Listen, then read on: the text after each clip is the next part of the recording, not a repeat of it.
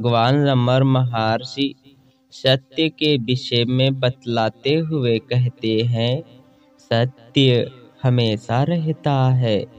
जैसे आकाश में जल हमेशा विद्यमान रहता है, कभी वह बादलों के रूप में तो कभी वर्षा में जल की बूंदों के रूप में दिखाई देता है, किंतु यह जल ही वर्षा और बादलों का आधार है। वैसे ही सत्य ना तो नाम है और ना ही रूप है, किंतु यह नाम और रूप का आधार है।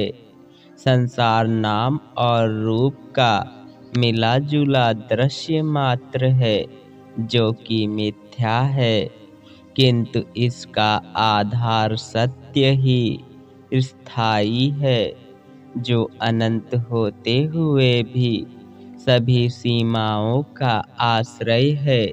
यह सत्य किसी भी सीमा से बद्ध नहीं है और यह सत्य समस्त मिथ्या पदार्थों का आधार है।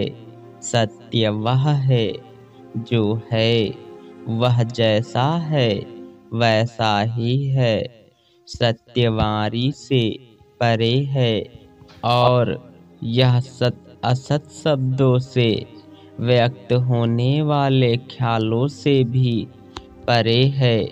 वह सत्य आत्मा ही है, आत्मा ही एकमात्र सत्य है, जो संसार के अभाव में भी विद्यमान रहती है, और वह आत्मा ही समस्त नाम रूप का आधार है।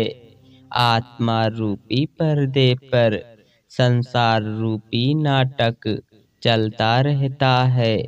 यह आत्मा ना तो नाटक से और ना ही नाटक के चित्रों से प्रभावित होता है। वह आत्मा हमेशा एक सा रहता है। इस पर समस्त संसार रूपी नाटक चल रहा है।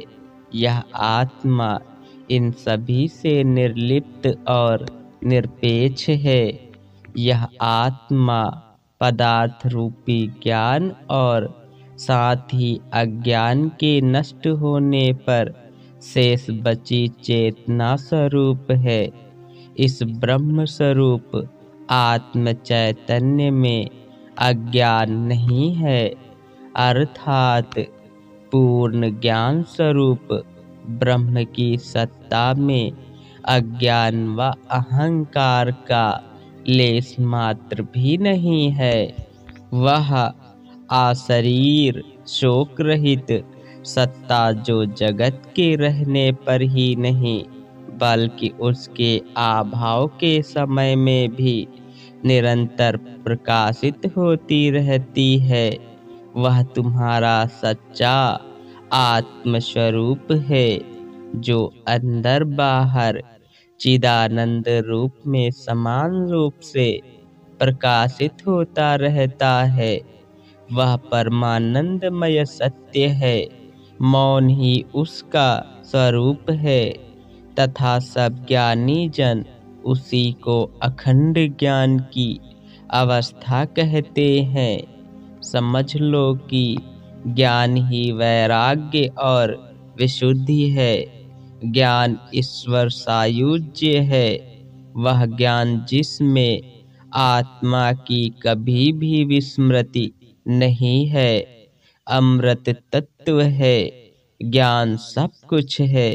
यह ज्ञान आत्मा के अलावा कुछ और नहीं हो सकता है। हरिओम तत्सत।